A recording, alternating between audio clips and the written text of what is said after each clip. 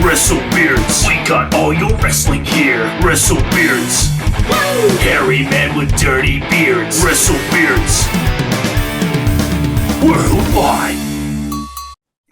Hi everyone, and welcome back to WrestleBeards Worldwide. It's been a hell of a break. I'm your host Shrek, along with my other host. Yeah, good morning Shrek. Good morning here in Indonesia on Sunday. How are you doing? Happy New Year. Happy New Year to you too, brother. It's been a while. We haven't had we're not even in person, but a face-to-face podcast in a long while through, life happening. And yeah, it's good to be back in the saddle. Yeah, I agree. I was pleased when you said about doing something like this. It's pretty cool. So this isn't just any podcast. This is podcast 15 overall. We haven't done all 15 together, but 15 podcasts on the channel. And it's also the wrap up for 2022. We're sitting here in January and we're going to look back over the year that's been. We're going to each count down our top threes, which we love to do on this podcast. And then we're going to give our third pick 1 point, our second pick 2 points, and our best pick 3 points. And then we're going to add up across to see if we've chosen the same people. And then if we have an outrighting winner, they'll be the winner of that category. If we have a draw, we're then going to do a little old thing we like to call flip a coin, because that's how we do things at WrestleBeards. We've got 11 categories. We're not going to announce them before time. We'll go through them one at a time. But I think it's going to be a little bit of fun. So I think we'll even alternate who shares what, just so that, it doesn't really matter. I've got all mine written down. I'm sure you have the same, do you, Luke? Or are you going off the top of your head? Nice. So, I've got them all written down. Fantastic. So the first category we've got here is Match of the Year. So who did you put down for your third pick for Match of the Year? So my third pick for Match of the Year, there's been some really, really good matches. But there were three that stood out, and three in order that stood out for me. So that the third place, if you will, the 1 point for me was Rollins versus Rhodes in Hell in a Cell. Well, nice. Given the circumstance, given the pectoral and the massive injury that Rhodes had, for them to be able to go and do that and put on a show that was 20 minutes plus, including utilizing the cell, I just thought was great. So yeah, Hell in a Cell, Rollins and Rhodes. That being said, I really am not a fan of the new Hell in a Cell and how like a safety cell. Yeah, I hear you. I think it's a bit crap. So yeah, they did best with what they could. So Rollins, Rhodes. Awesome. Okay, well, my third pick was from WrestleMania, going back now, and it was Johnny Knoxville versus Sami Zayn. Comedy match, have you will, but it was just epic in my opinion. I'm a big Jackass fan, have been with them from day one, and I love Sami Zayn, love him even more now. But back then, I thought just the effort that he put into that match selling, the way that Johnny Knoxville, came into a world that wasn't really like his own and, gave it his all and was pretty convincing. So, yeah, that's my number 3 pick for 1 point. What's your number 2 pick? Yeah, that's a good one. My number 2 is Roman Reigns at Clash at the Castle. This would have been my number 1. I really, really love this match. Like, I'm not a big Drew McIntyre fan. But the whole build-up, him like kind of coming home, I got fans swept up in it. Or coming to the British Isles, not really coming home. He's Scotland, is about 400 miles away from where he's actually from. Just the air falls throughout, and I actually bought into the fact that he might actually do it. And the fact it was for both titles, I just thought it was great. It was a little bit just let down at the end when he and Tyson Fury serenaded the crowd. That was terrible. But yeah, number 2, Drew McIntyre versus Roman Reigns Clash. Right. Great pick. My number 2 is also from Clash at the Castle, but it ain't that match. It's Gunther versus Sheamus. wasn't the Donnybrook match, but it was an epic, big boys beating on big meaty chests. Loved the match. Felt that Sheamus has really stepped up in his twilight years as a wrestler, I guess you would say. Gunter, aka Volta, he's just going to be a future star. He's going to be a future WWE champion for sure. And I just think that they weren't meant to do well, and they did well. And no one, could walk away from that saying it wasn't an epic match. So that's my number 2. And what's your winner? My winner is like the emotions of the entire match were excellent. It's the men's War Games at Survivor Series. It was a stellar match. Wrestling wise, there have been better, but for storyline wise and storytelling, and as you know, I'm an English teacher. It was perfect. It was so well done. I ran out of superlatives for it. That's my number 1. Men's War Games at Survivor Series. I can't believe it, because I also chose the men's War Games match for my number 1 pick. And not only, hey, great minds think alike, Luke, and not only because I really think that, it was some great storytelling. It was about what wrestling was showcased in that match. Some of the best wrestlers in WWE, I think, and characters too. I think the Bloodline are excellent. I think, the other Motley Crue group, as they looked going into it, actually looked like a cohesive unit. And yeah, some great storytelling. So great minds think alike. So there we have it. Match of the year for WrestleBeards is the men's War Games match. Yeah, a little bit of a golf clap. Okay, next up we have Tag Team of the Year. This could be a tag team from any promotion. It's solely, on our discretion. And we'll start off. Shall I start off with my number 1 pick? So I've gone with the team who I'd call them basically the resident losers, but probably 2 of the best wrestlers you'll find and work so well as a tag team. And it's Gable and Otis. The world's greatest tag team. What are they known as? There's another name for them. I just can't even remember off the top of my head. They were Alpha Academy. Alpha Academy. Yeah, that's what it is. Yeah. So basically, they've held the tag titles this year. Not only that, but they are called upon anytime someone needs to be put over, because they're just reliable, basically, through and through. Mm-hmm. So they're my number 3 pick. Who's yours? Yeah, so for my number 3 for 1 point, these are your resident. Again, you want a good wrestling tag team match for a pay-per-view or for a regular TV show. They always show up. They always do very well. I think they're getting a bit long in the tooth now in their current promotion, but I'm going with the Young Bucks. Again, another good year. Some excellent matches, certainly against FTR. They had some great matches. So I'm going with the Young Bucks, and I think the Young Bucks will always be up there as one of the top tag teams. And as you said, the keyword cohesion, and they're very cohesive with one another. Yeah, not a bad shout, Luke. My number 2 pick. I'm not, I like AEW, I do, but my picks are actually very heavily WWE throughout these picks. So you will only find a couple of AEW names dotted through, unfortunately. But my number 2 pick is the Acclaimed. And the reason I put them down is I just like the gimmick. And they're great wrestlers, don't get me wrong. But I love the gimmick. I love the hip-hop gimmick. It's a bit of a throwback. It kind of reminds me of John Cena in the Ruthless Aggression era, ramped up to 9. The political. They've got the tag titles currently. I think they've got, growing on the longest reign. And they're just bloody good. And I'd like to see them, potentially in the future split apart and actually show what they can do individually. But together, they're really awesome. So Acclaim for number 2 with 2 points. Who have you got for your 2-pointer? Yeah, a good one. I went with FTR, actually. I like FTR. I've done, and again, FTR, they seem that they're coming to the end of their time with AEW, or certainly that's what's being fed.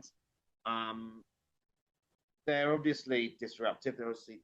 But they are extremely good together. So yeah, I think FTR, the matches they put on, and they're like the old school kind of hard hitting tag team that we were used to growing up, rather than the high flying kind of tag team of today.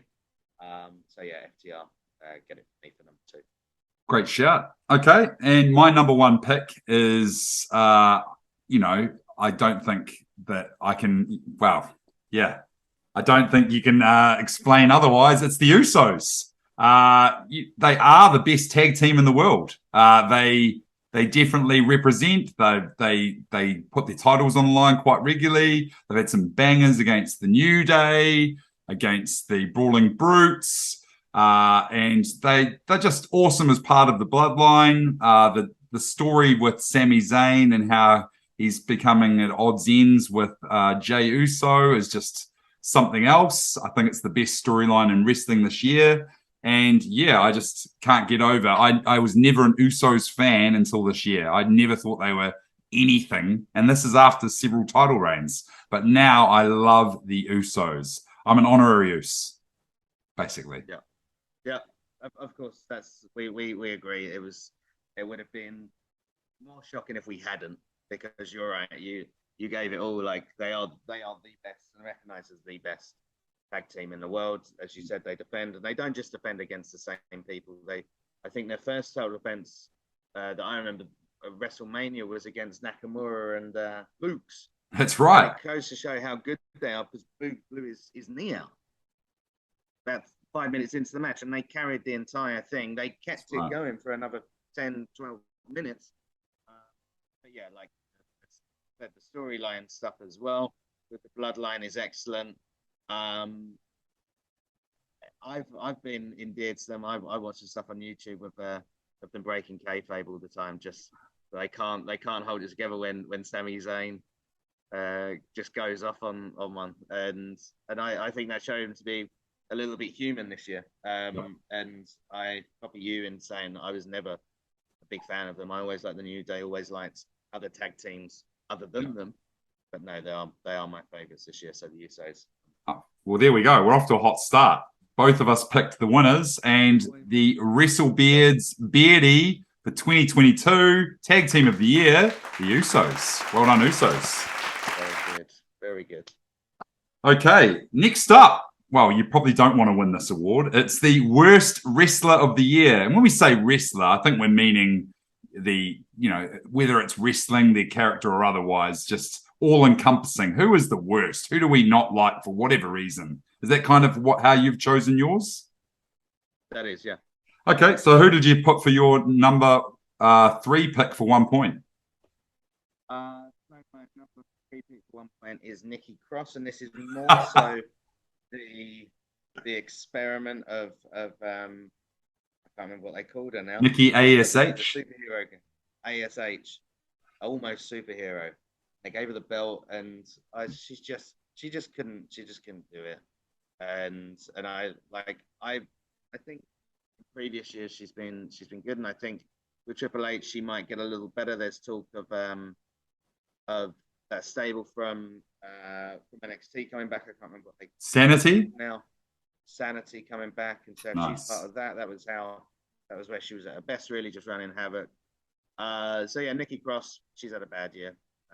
She's my number 3 for 1 point. It's a good shout. She's not even on my list, but I wish she was. I'm not going to go back and change, though. My number 1 pick is Madcap Moss. I mean, that guy just has nothing going for him. He's a specimen. He's a well-built man, don't get me wrong. But he's not entertaining. I don't give a sod what he does on my television screen. If he's in a match, I know he's going to lose normally. And he's not exciting. His trunks are black. That's it. He's got nothing interesting about him. His music is boring. He's not aligned with anyone interesting. When he was with Baron Corbin as Happy Corbin, that was a bit of a fun gimmick, I will say. He did win the Andre the Giant Battle Royale this year. 2, which is shocking, but I just don't really rate him, so he's my number 1. Yeah. Number 2 for you, Luke? It's not a bad shout. Yeah. Yeah, I'm going for, and it was a toss-up really for number 2 and number 3. But I went number 2 because well, I explain my number 3 in a bit, but my number 2 is Ronda Rousey. Oh. She's just a poor character, and I really don't think that she's in it that much. Like, I don't think she's fully invested as much as she was before she went away. And I think that she's kind of like just the way that she's. You can't have a lose to Liv Morgan. You can't have a lose to Shotzi. You can't have a lose to Raquel Gonzalez. But she's just squashing them. Apart from Raquel, but that was the last match of 2022. But she's just squashing them, and it's obviously being set up for Becky Mania. I'm not a big fan of her.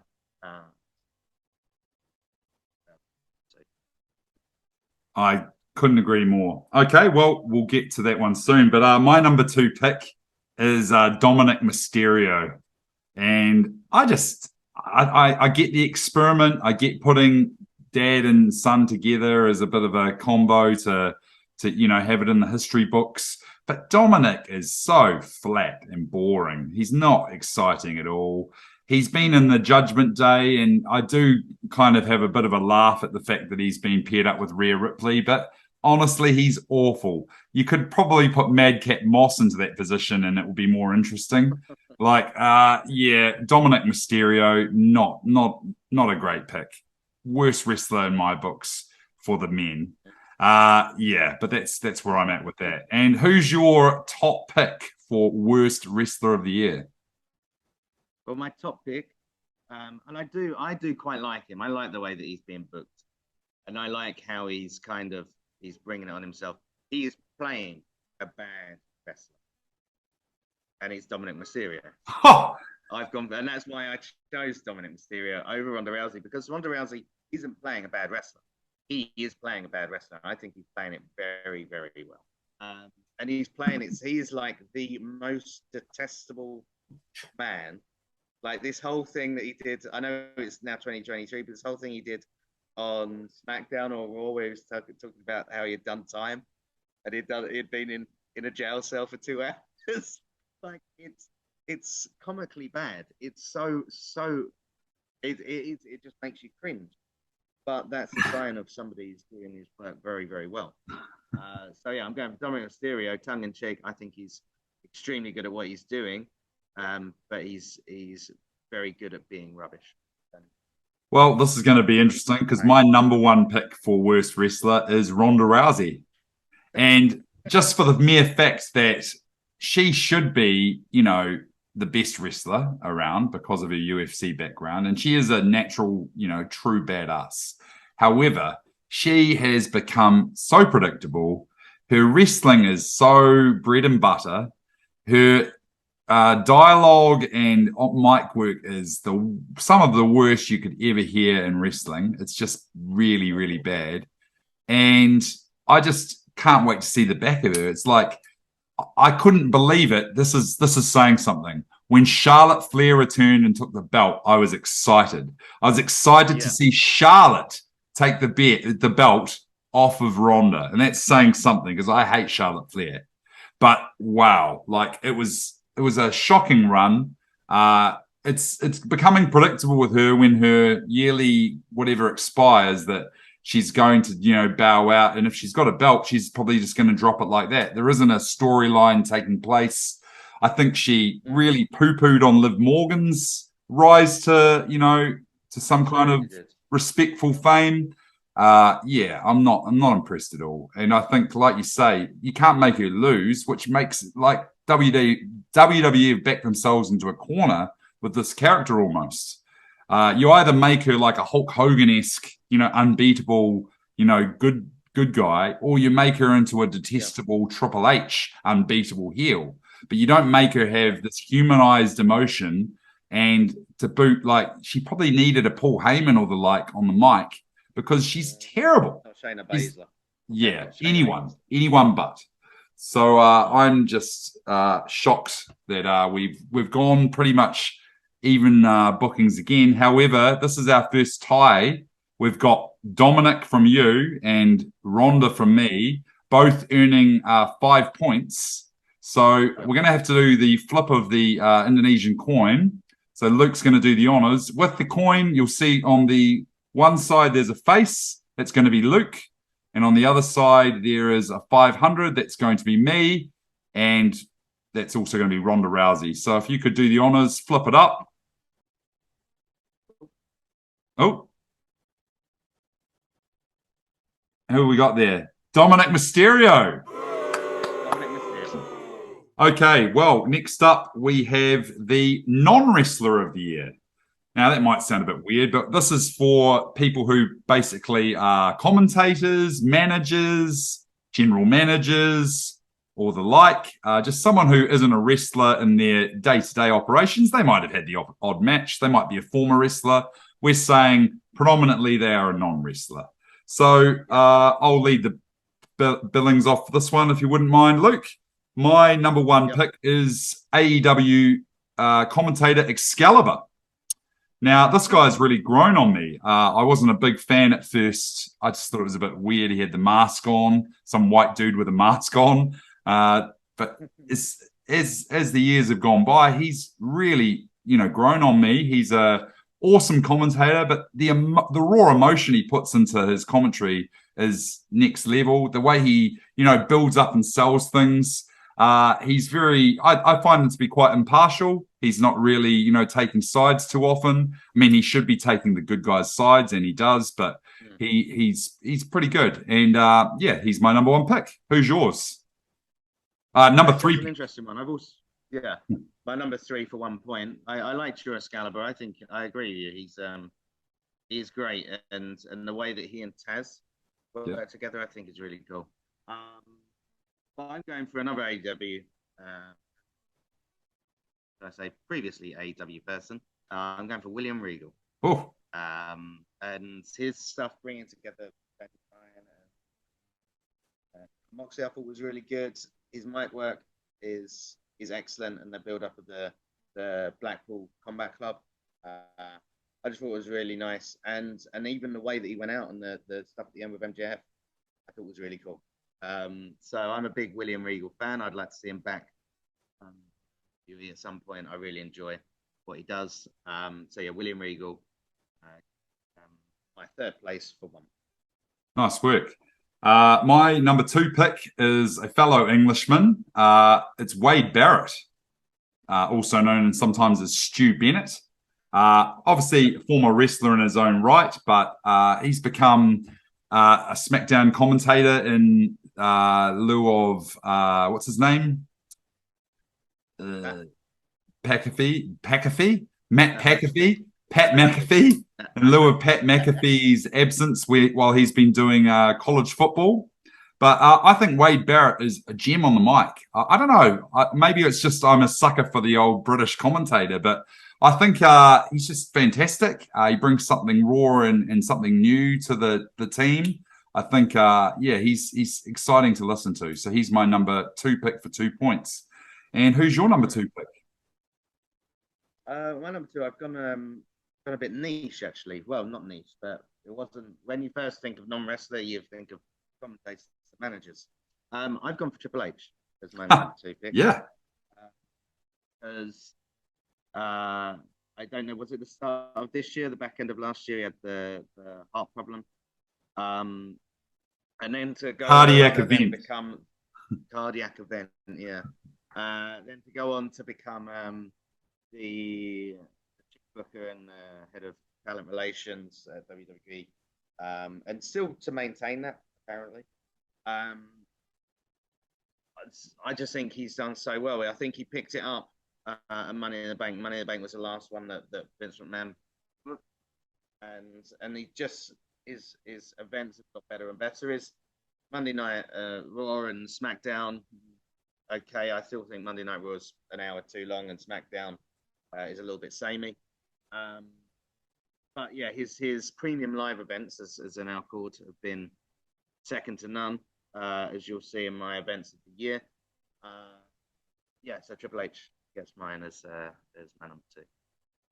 Not bad, not bad at all. Okay, well, we're on to my number 1 pick, which you've already mentioned, actually, and it's William Regal for 3 points. Wow. He was my...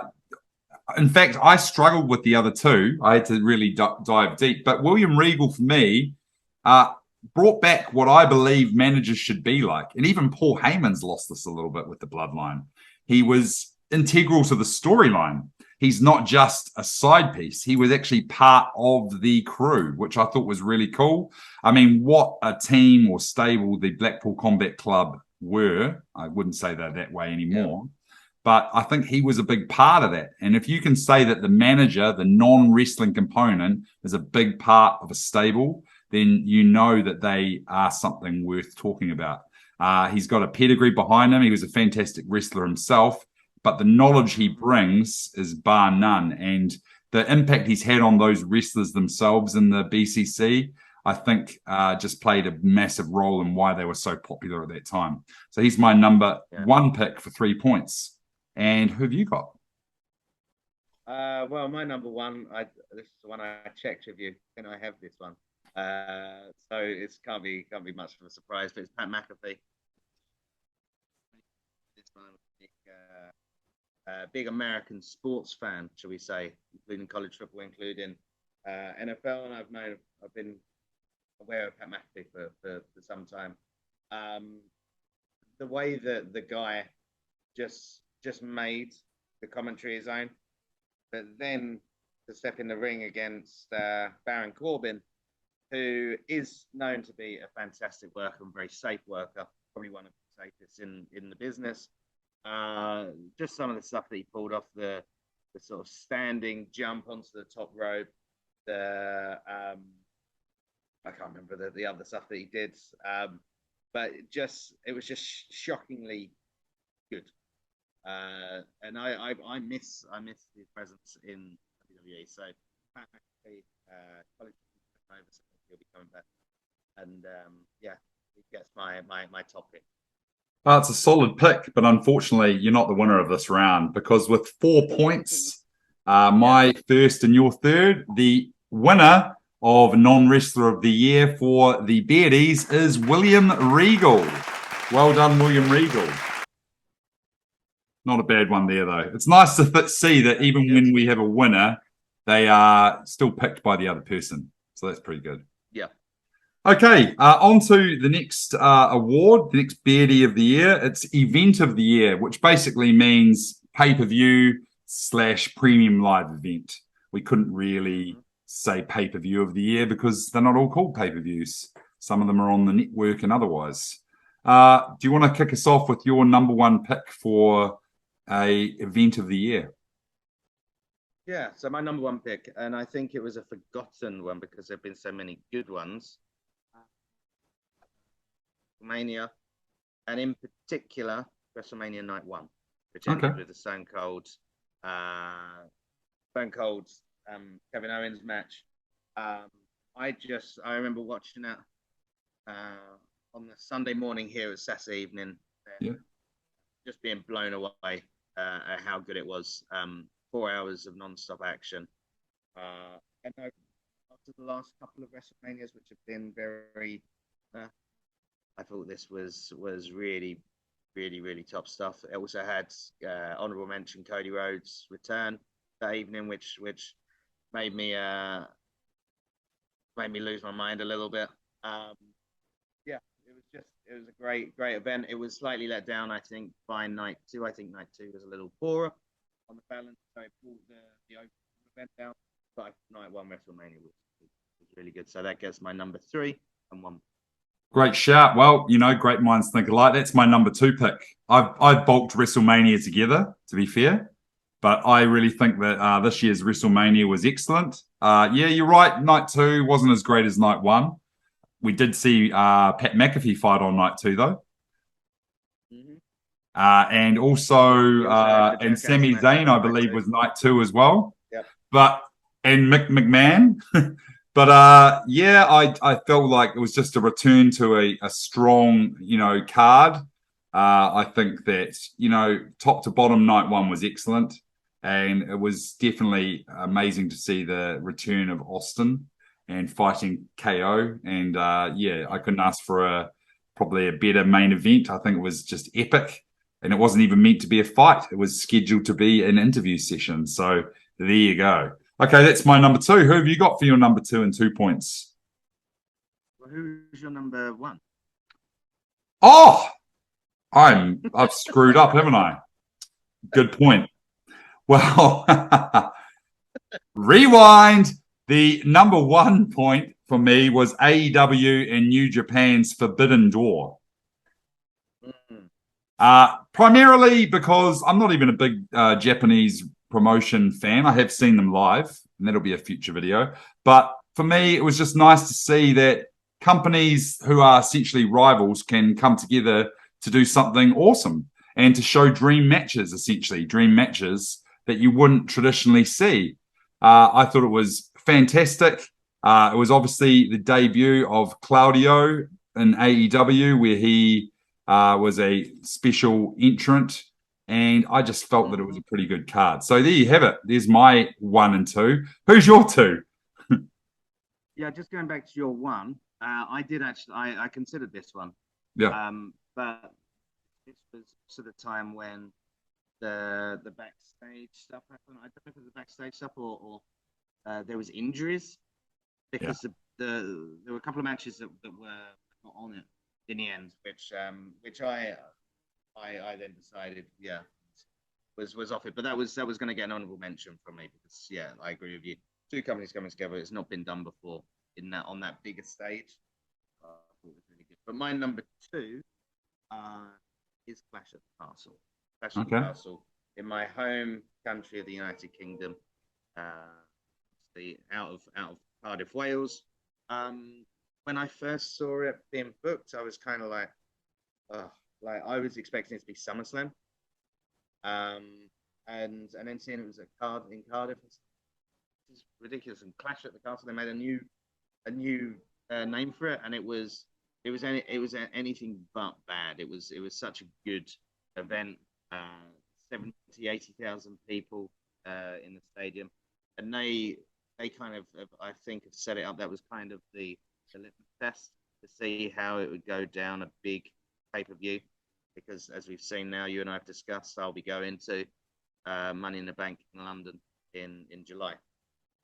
So it'll be awesome. Off the back of that, Clash at the Castle gets sort of a tip of the hat to me. From me, sorry, it was number 2. It was a really good overall event, and it set up future events for the UK, which I'm keen on. No, for sure. And that's why I chose it as my number 1. Clash at the Castle. I loved it. It was my favorite event all year. I've never been as captivated by a whole pay-per-view as Clash at the Castle. I wasn't even that against Tyson Fury singing at the end. How about that? Didn't even dampen my spirits after Drew lost. But you know what? It was an epic pay-per-view, my friend, or PLE, as you want to call them now. I felt that, it was just, everything about that event just shone excellence, and the fact that it was in the UK was just an added bonus.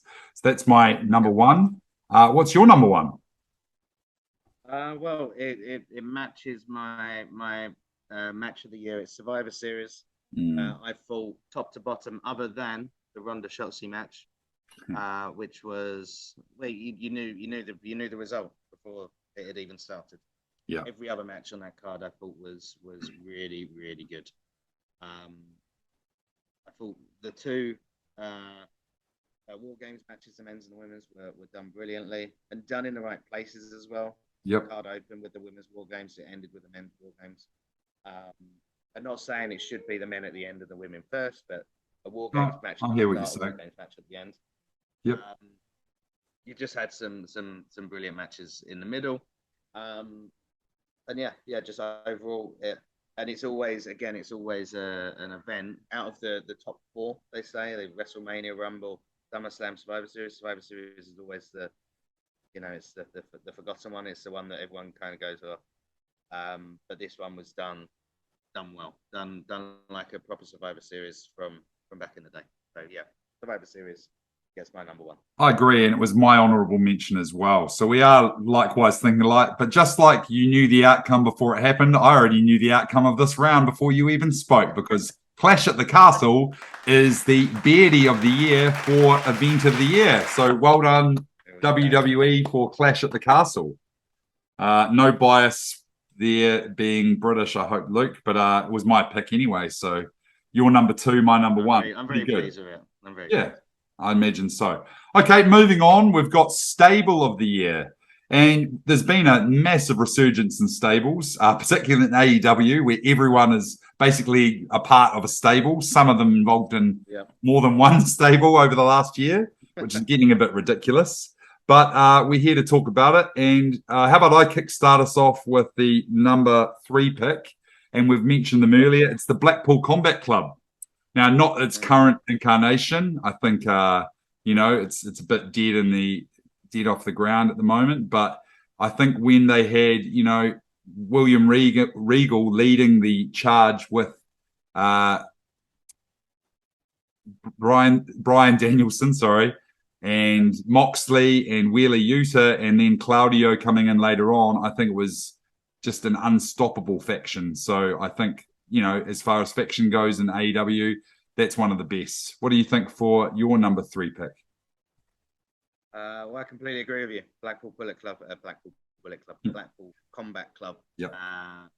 Mine. It had like the old school feel, as you said, led by William Regal. William Regal kind of molded this wrestlers around him. And his current state, I'm not so keen on. But yeah, just when it really started up and it looked like they were going to have the world title, they were going to have the TNT, they were going to have, what was the one that Claudio Castagnoli won? I can't remember off the top of my head. TNA world title. Yep. And they were looking like they might get the tag team title as well, kind of doing a bloodline kind of thing. But I think you might be meaning Ring of Honor. Ring of Honor, that was it. Yep. Ring of Honor, not TNA. But like family through wrestling and family through their craft. So Blackpool Bullet Club, my number one, my 1 point pick. Fantastic. Okay, my number 2 pick for 2 points is the Judgment Day. And I've chosen Judgment Day primarily because I thought they were crap with Edge, but since they cut the fat of Edge, who I love Edge, don't get me wrong, and I thought they were in for it as soon as they boot Edge out. But as soon as they booted Edge out, something changed, and they started becoming actually this cohesive unit. We've got Ripley, we've got Damian Priest, we've got Finn Balor as, I guess you would call him the leader, but he's not really like authoritative as such. They've all got their part to play. They later added, worst wrestler of the year, Beardie, Dominic Mysterio. But I think the stuff that they did to Ray and, how they've been running ship on Raw this year has been pretty epic. And that's how I like my stables, like always disruptive. That's what I like in my, heel stable. Who have you got for number 2? Yeah, my number 2 is also the Judgment Day. And I agree with you. Like when it started out and it was Edge, I just thought it was just a bit crap. And even when they got rid of Edge with Finn Balor, and I was kind of like, what is this? But I tell you, the change was Triple H coming in. Yeah. Triple H knows how to do a good stable. The introduction of Rhea Ripley brought her out of sort of nothingness because she was just doing nothing, and her gimmick was out of date, and she seemed to have no confidence in what she was doing. This has like revitalized her, and as I said, like every heel stable needs to have. I almost swore there, but needs to have an annoying and irritating person in it, and it doesn't get any more irritating and annoying. Dominic Mysterio. So they are. Other than, I'm sure we're going to probably have the same stable for our top. There it is. But they would be if it wasn't for this other stable. Same. Well, I think we've spoiled it. So should we just announce it now? The beardie for stable of the year is the Bloodline. I'm assuming that's who you picked. I picked that. It's again, it picks itself. Ask me a year ago if I would have liked Roman Reigns leading a stable with the Usos, and I would have told you, hell no. And including Sami Zayn in the mix, I would have been like, nah, not keen. But this group is just phenomenal. Every aspect, every turn and switch that they do, every little intricate detail is just amazing. Roman is the ultimate leader, and you don't get bored. You don't get bored of Roman Reigns anymore. Once upon a time, people were asking for him to die. People did not want him to win the Royal Rumbles. People were going to cancel their WWE memberships and so forth because they did not want to have him at the helm. And now he's the most popular person. And I think it comes down to one man that's made him popular, and it's Sami Zayn. I think Sami Zayn has really changed, the perception of this heel stable. I think he's brought comedy, he's brought human, he's made it really interesting, he's cringy, and you also still want to see him lose. How do you want to see the guy you love want to lose? That's weird. Like when he's in a tag match, I want to see him lose still. I'm not like in his corner to see him win. I just like seeing him lose. It's a weird dynamic. Why have you voted him through? Yeah, well, everything you said, seemingly came out of nowhere, and what a brilliant idea it was to add Sami Zayn, but also add in Solo Sikoa. Oh yeah, true. Sorry, I didn't even mention.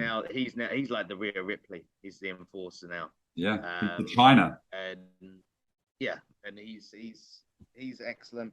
The Usos have done very well off the back of it. The only person I'd say that's kind of lost momentum is Paul Heyman. Yeah. That's true. Kind of nothing there. Like where you would have a non-wrestler of the year, Paul Heyman would generally be in it. Yeah. Yeah, he's not. But you rightly said about Roman Reigns and the fact that people were sticking off because of him, because we were being force-fed him. Now people are going. They're going to events just to see Roman Reigns and just to hear that music and that piano chord when he comes out, and the 9-minute, 10-minute walkout that he does. Dare I say it? He is on top of the world. Because of the bloodline, Roman Reigns, I feel now, is, the guy who's taken the mantle from John Cena. He's now the it guy. He was groomed to be it, but now I really believe he has taken his place there. Like now we're gonna question who's gonna take it over from Roman Reigns one day. Yeah. But he is the guy. He's the biggest wrestler in the world. Yep. Bar none. Totally. And if things are reports are to be believed, then he's going to be the next Rock in Hollywood as well. So good for him. I could bank on that. Okay, so there we have it. So stable of the year, the Bloodline. Well done. Okay, next up we're motoring through these. We've got the celebrity involvement of the year. So this is, whatever case may be, a celebrity who's got involved in the mix of professional wrestling. And who have you got for your number one pick? 3 points. So I've gone for Jackass against Sami Zayn at Mania, but in particular, I didn't go for Johnny Knoxville. In particular, the biggest pop for me was Wee Man when he picked him up and he slammed him down. So yeah, Jackass, particularly Wee Man, as it says on my notes, versus Sami Zayn at Mania. You've spoken about it already. We don't need to go over it again. But that gets my 1 point pick for celebrity involvement. Epic. My third place 1 pointer is, and this isn't going to be a popular choice, but Tyson Fury. I put him down and I was kind of struggling, but the reason being is I really don't like Austin Theory. So just to see Tyson Fury with those big meat fists knock out Austin Theory at Clash at the Castle was enjoyable enough to earn an honorable 1 point on my top three. So there we have it. Who have you got for your second place? Second place is Pat McAfee at Mania. Again, spoke about the match, spoke about the guy, for the build up to it as well. The point where he was wrestling and then in the match in Mania, and he came over and put the the commentary headset on again. The stuff he had with Michael Cole, yeah, that involvement, that match. Stupid. Not bad. Okay, my 2-pointer goes to Johnny Knoxville.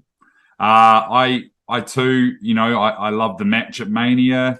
I love the build up. I think it was a wee way in the coming, build up for that match over the years.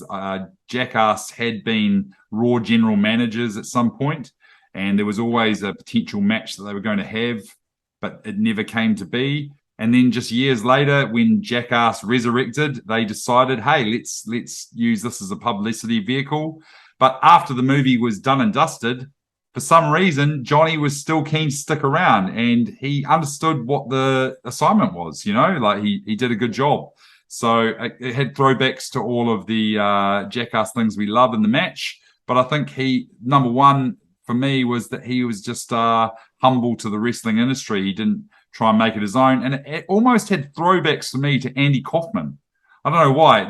It felt like the way Andy Kaufman integrated to wrestling. So that's how I kind of felt with it. Okay, so who did you pick for your number one? Well, my number one, he strictly is a celebrity, but he wasn't once upon a time. So I'm going for Stone Cold versus Kevin Owens at Mania as my number one. Really? Because I said he strictly is a celebrity, no longer a wrestler. Okay. And I think I lost my mind for about 30 minutes of that.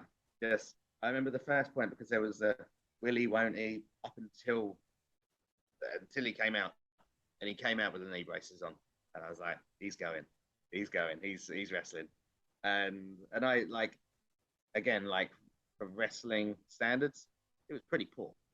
Yeah. Like Stone Cold running the ropes and looking like a really old man, but just nostalgia and Kevin Owens just bumping around the arena.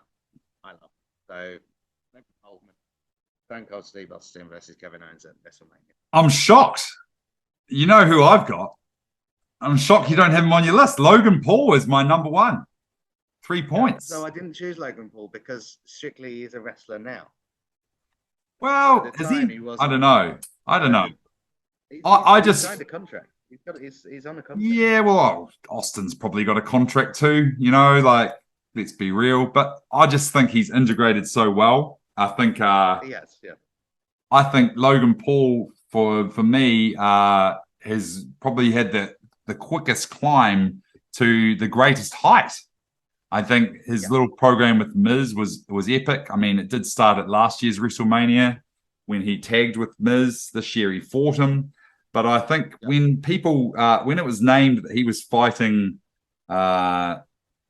Reigns for the titles at Crown Jewel, everyone was cringing out like, "Oh my goodness, what are they doing? This is ridiculous." But once that match started, that match was phenomenal. That could have been one of my candidates for match of the year, to be fair, and that's shocking to say. But I really found him to be, excellent celebrity crossover. Okay, so there we have it. We don't have a definitive winner because we both chose 3 different people. So it's Logan Paul versus Stone Cold randomly. You're going to have to flick the coin of doom in the air. So the head is Stone Cold and the money is Logan Paul. Who we got? And it is a bald-headed man. For a bald-headed man. Damn! Oh no, that's Farouk. What? That's what I was trying to say. Okay, that's a weird one. Stone Cold is our celebrity of the year, but we'll go with that. That's the beardy way. Let's give Stone Cold a little bit of a golf clap. Don't quite get it, but I love it all the same. All right, we've got our promotion of the year up next. Promotion being the company that promote our wrestling. Who did you have for your third pick? 1 point. So I've gone for New Japan Pro Wrestling as my number 1 point pick. I Again, really like the Forbidden Door stuff. I think it's great that they're sending their talent over to the US as well and giving them the opportunity to wrestle in the US and have a more, how do I say it, more worldwide audience and a more worldwide view on what they can do. A notable mention, obviously, this happened this week, but Wrestle Kingdom 17 happened. Did you watch it? I watched some of it. Yeah, it was great. They had Shinsuke there. They had obviously Kairi Sane winning, and then Monet coming out, and they've got Sasha Banks out there. I think they're really picking up, and it's not without the help from Tony Khan and AEW, but I think two of them working together is really cool. No, great. Okay, my number one pick. This is just a little bit of hometown bias, but there's been a lot of involvement with them on the channel this year. It's Unified Championship Wrestling from Christchurch. You've seen the vlogs on the channel. I've done 3 this year. I'm going to continue to do more in the coming year. I just find getting along to a local event has been amazing. I haven't been to many in the past, so getting behind a local promotion this year has been, really fun experience, and making the vlogs as well. I think the talent on display is excellent, and these guys could definitely hone their crafts, and they could feature on AEW or WWE or the like in the future. And we even saw some of them feature in New Japan when they did their tour here. Unfortunately, I was down with COVID, couldn't go along, but we saw Bogan Jesus. He made an appearance, and also Nico Dandy made an appearance. So it was good to see, some of the names from the local scene make it on the big stage. So they're my number 3 pick for 1 point. I bet you're going to pick them for your number 1. But who have you got for your number 2? My number 2 is comes down to 2, doesn't it? And my secondary promotion for me is AEW. So I chose them. They did have the storyline of the year for me, if even greater than the Bloodline storyline, the MJF storyline, with his leaving and then going away for months and not being seen for months was done just brilliantly, and then the return to then go and win the world title in the way that he did with the sneak help from William Regal, and then turn his back on William Regal. Yeah, AEW are doing some fine stuff. I think their mid card is not as good as my number 1, and I think that they try with their pay-per-views to really have too many oh my god moments, that it kind of gets diluted a little bit. So yeah, some negative stuff about them, but AEW, my number 2. Yeah, I couldn't agree more. They're also my number 2. Guess who our number 1 is. But AEW, if we had have done an awards the last 3 years, it would have been AEW every year. Yeah. But this year they have dropped the ball a bit. Not to say that they're not doing some good stuff. I think the CM Punk fiasco did drop the ball a bit and showed that Tony Khan probably isn't ready as such to run such a thing like this. I mean, it had the wheels rolling with big names at the beginning, but now when you have to have that long-term storytelling and control over the locker room, he's just not really capable at this time. No. I think he needs a bit of support there.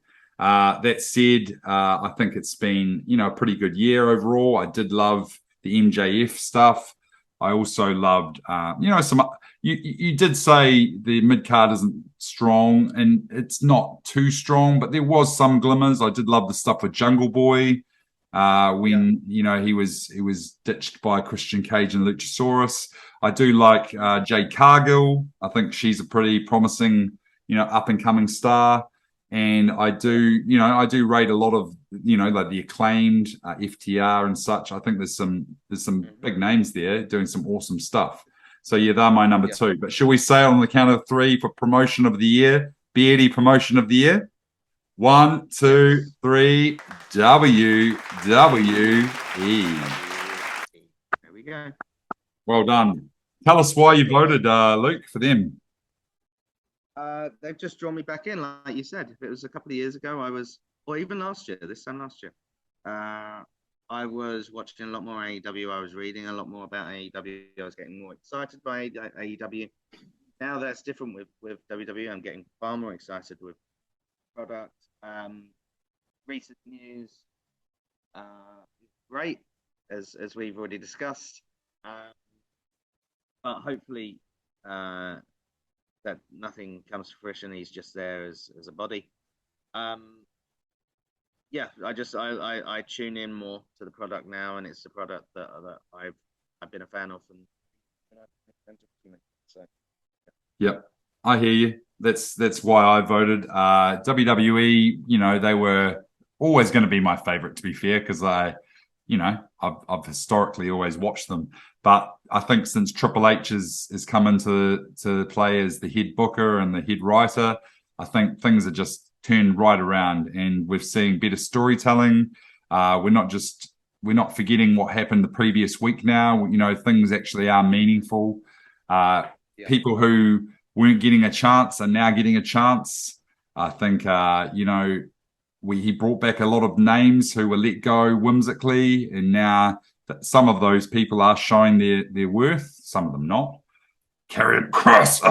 But I think overall WWE is in good hands. And Vince coming back, although a bit scary, I don't think he's going to be involved with the day-to-day stuff, as has been reported. I think that's more of a play for selling the company, which hopefully someone like Triple H will still be in charge once such a sale does happen. Okay, so there we have it. The promotion of the year for Beardie of the Year is WWE. All right, next up, we're on to our home run. Oh, there we go. Home run, we've got 3 awards left. And you know, they are in a particular order, but I guess the last one is where it shall be, but the other 2 could be in any other order. We're not gender biased at WrestleBeards. Women can grow beards too if they want to. But our next award is the Female Performer of the Year. Female Wrestler of the Year, as you may want to say, Performer of the Year. And I'll kick the ball off with my number 3 pick for 1 point, and it's Liv Morgan. And basically chose Liv Morgan because I thought she was just a nothing, and she became a something. She became a champ. And she actually is quite talented in the ring. I was actually quite shocked to see what she was capable of. It was a cash in to win the title, but her defense was fantastic against Rousey. I think she had some other great matches in there with Rodriguez and Nikki ASH. And I just think that she, you know, if they play their cards right, they could definitely make her another, champ again some other day. Who's your number 3 pick, Luke? Well, Liv Morgan was a toss-up for me, but I actually went with somebody who I think has been more solid. You've already mentioned her. It's Jade Cargill. Oh, nice. I think she's an up-and-comer. She's excellent. She's getting pushed to the moon. She's seemingly unbeatable. I'm really excited for what's to come. Obviously, she is not in the main women's picture, which I think is really good because you've got Britt Baker in there, you've got Toni Storm in there, you've got Saraya now. She's able to run like the second division in the women's wrestling at AEW very well. She's also Kiwi, right? Kiwi? No. From New Zealand? No. Oh, I thought she was New Zealand. No. She's American now. But yeah, I just really like the stuff that she's doing, and I'm excited to see how she gets pushed. Cool. Moving forward. Oh, great shout. Okay, my number 2 pick with 2 points is, we've mentioned her already as well. It's Rhea Ripley. I was nearly going to say Ronda Rousey. Rhea Ripley. Her involvement with the Judgment Day has been fantastic. Really picked her out of the clutches of obscurity where she was floundering with Nikki ASH in the tag division. And they really made her into, a henchman for a pretty badass stable. and she is a badass, so it's appropriate. And I'd like to see her get a women's title shot down the line. I kind of feel like she was going to get the title before she got COVID or an injury earlier in the year. I feel like they were going to do that, and then they just couldn't. So I don't know. But I think that big things are in her future. So Rhea Ripley for my number 2 pick. Who's yours?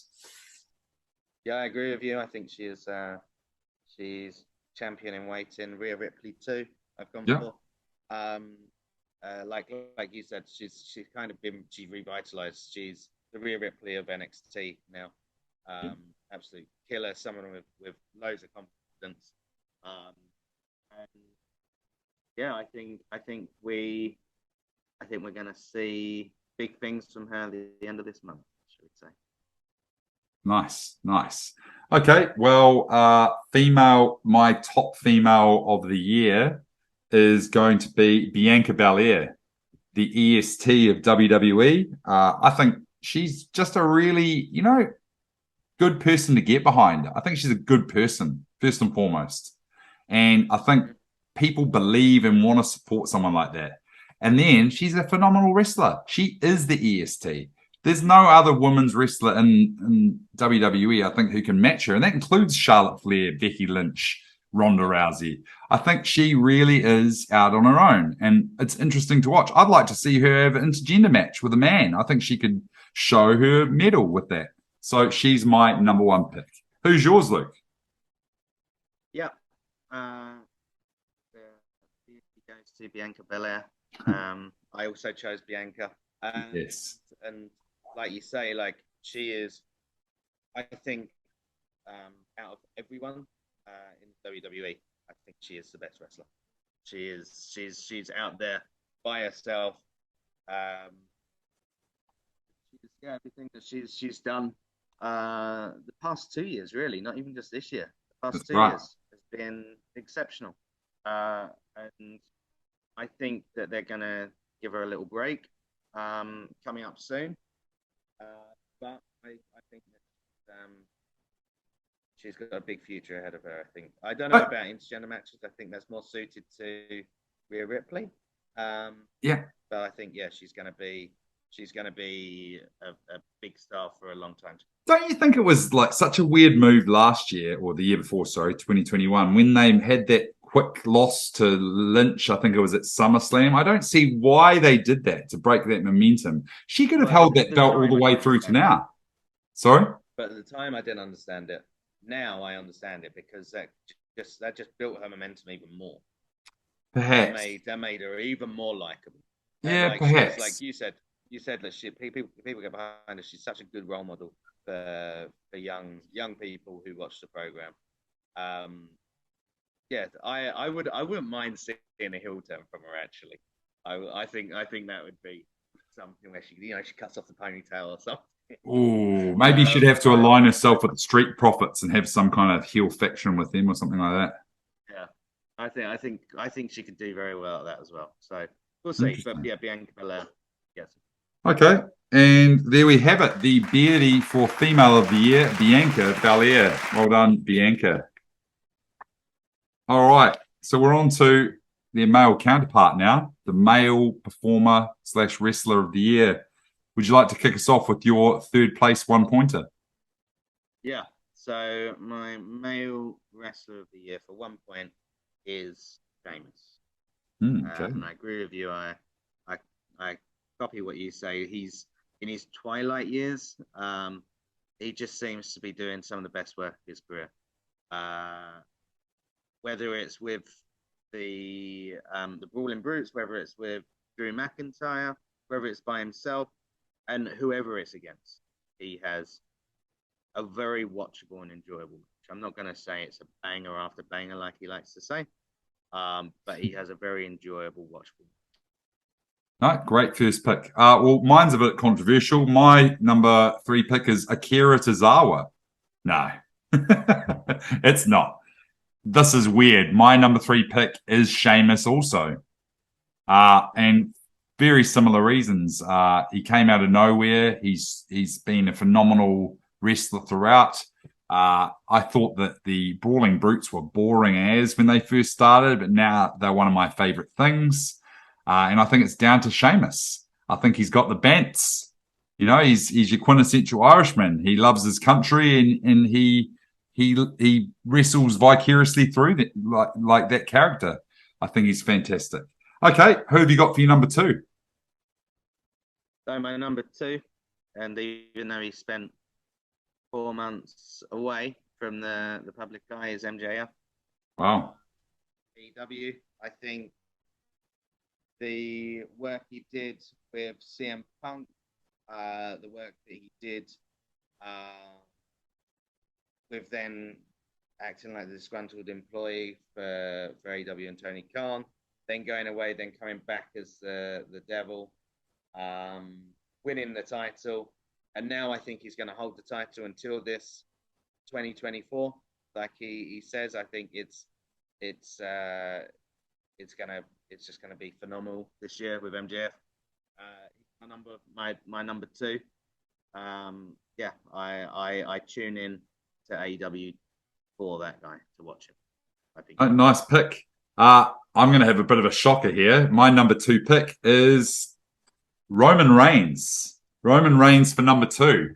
I love Roman Reigns, and I think I've raved on about him enough this podcast. I think you all know he's my secret, boyfriend. But basically, Roman Reigns, I've got his T-shirt on even. Show up and win. He has done nothing but good this year, but he just doesn't measure up to my number 1 pick, and that's the reason why. But Roman Reigns for 2 points. And who's your number 1 pick? Number 1 is the honorary Uso, Sami Zayn. Oh. He has been phenomenal, and he's a fantastic wrestler. But what we've seen as well, the presentation side of things, comedy side of things, his timing, his crowd interaction, the way that he can shift a storyline, the way that he can make things very emotional, like he did in the War Games match. Yeah, he's like strap a rocket to him. He is the best there is, and I think the best there is in the world. I think he is currently doing some ridiculous work. Sami Zayn. And Beardie of the Year for Male Performer 2022, Sami Zayn. Because I too picked the honorary use, and I think I mentioned it why I couldn't make Roman my number 1 pick. It's because Sami Zayn is bar none the best thing about WWE, and there's a lot of good things to like at the moment about WWE. But Sami Zayn is just entertainment. Like, I just crack up. Even when they're walking to the ring and he's in the background just dancing around, I just can't get enough of that.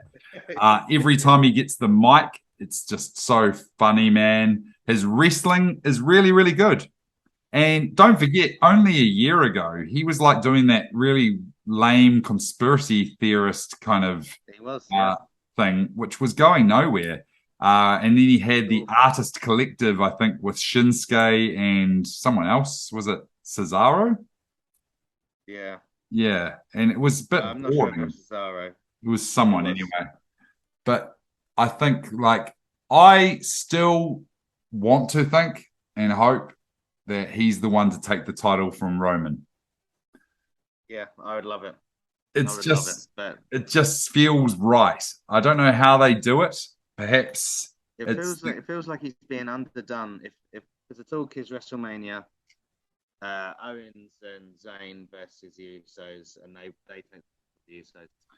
I was thinking about this the other day. If Zayn became a heel, but a likable heel, and they turned Roman face somehow through this process, like, this is how I think it could be done. Zayn, you know, the old, like, Batista, Randy Orton, thumbs up, thumbs down.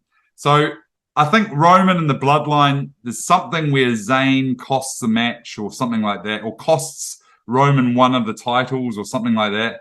And they come out and they're like, Sammy, you're like a brother to us, you know, and they do all the spiel, but then they do the old thumbs down. And then Sammy's like, oh yeah, And then he's like, well, I've got my own Usos. And then the Usos swap sides and join Sammy. And then he does the thumbs down to Roman, and then they beat up Roman. I think that's the way where I love it. I'm fantasy booking. It's good. My fantasy booking is the way Daniel Bryan and Kofi Kingston book, and he finally overcomes. That's. I think that's a simpler play, but we'll see what happens. All right, well there we have it. The male performer of the year, Beardy, Sami Zayn. Well done, Sammy. And we're on to the main attraction, and I mean it's appropriate. It's the WrestleBeards channel. This is Beard of the Year, the Beardy for Beard of the Year. So shall I kick us off? My number one or third place pick for 1 point is Luke Gallows from the OC. They returned this year to WWE. That beard is just phenomenal. If I could grow it and then spiral it around and have like almost Tyson Tomko / Gene Snitsky had a baby and it was Luke Gallows and his beard, I think it's fantastic. So my beard is scruffy. You can see it here now. I'd like to one day cultivate it enough to grow it down. Look, I can nearly get it. There we go. I'm gonna grow it into a Luke Gallows didgeridoo. I'm gonna call it didgeridoo beard. Who's your third place? Well, I'm going for your number 2 wrestler. I'm going for Roman Reigns. I think he's got a pristine, clean, just cool beard. I'm going for Roman Reigns. It's never out of place. It's never scruffy like mine and yours can get. For Reigns. Number 3 for 1 point. Solid. Well, my number 2 is probably for all the reasons you didn't vote Reigns in. It's because he's got the scruffiest, awesomest beard, and I love it. And it's Sami Zayn, our beardy wrestler of the year, male wrestler of the year. I think he's got a banging beard. He can actually keep it quite well groomed as well. But then some days he just lets it go nuts. And I think it's awesome. I just love that crazy big ginger beard that he's got. It's just, it's fire, man. I love that beard. So, yeah, my number 2 is Sami Zayn. Who have you got? Very good. So my number 2, I keep on calling him by his old name, but should say Bryan Danielson. Of AEW. Again, he's one of these kind of like Billy Goat beards, isn't he? Just hair everywhere. So Bryan Danielson, bit scruffy, but suits him and suits his character and his personality. So yeah, Bryan Danielson, my number 2. Pretty good shout. Well, my number 1 vote for Beard of the Year, earning 3 points, is someone who didn't really, I don't think we've mentioned him today on the channel, but he's definitely one of my favorites. If not, I'd probably call him my favorite wrestler. How's that for something? And it's Sami Zayn's best mate, Kevin Owens, KO. He was mentioned with his fight with Austin, to be fair, but he's just epic. And that beard, man, it's got so much growth. It's a thick-ass beard, man, and he really wears it well. I couldn't imagine, I can imagine Sami Zayn without a beard, but I can't imagine Kevin Owens without one. How about that? No. Who have you got for your 3-pointer? He does. When he's coming out, he does that. Well, it's one of two people, but the beardy for the beard of the year goes to Sami Zayn. Oh yes. When I saw the beard of the year, Sami Zayn was my top pick, and then it was choosing a 2 and a 3. Yeah. Like you said, like there are some days where it's big, it's long, but there's other days where it's out here. Yeah. And it just again suits it goes along with his hair as well, which is all a bit mad. Dancing, like you said, when he's coming out is his uncontrollability. It's a fine detail to his character. Well done, Sami Zayn. Double champion of 2 of the Elite Awards this year. Okay, well, there we have it. That was a fantastic podcast. We've gone through 11 awards. It's been quite a lengthy one, like Sami Zayn's beard. But all good things like Sami Zayn's beard, we hope doesn't come to an end. This has to. We're going to be back with a lot more in the coming year. We're going to have a few more podcasts. I'd say our next predictions video will it be Royal Rumble? Yeah, the Rumble in a couple of weeks. Isn't that exciting? 28th. So I'd say that we'll be back with the Royal Rumble. There's also going to be a lot more vlogs. I've actually got some interviews lined up with some Unified Championship wrestlers. So look forward to seeing some of them on the channel where we do a then, now, forever. Perhaps we could even do a, three-way interview, Luke, with some of them. We could look to do that down the line. But this has been an excellent podcast, and I can't say much else, but congratulations to all the winners and good luck for the coming year. Yeah. Cheers. Cheers and peace. Meow, meow, meow.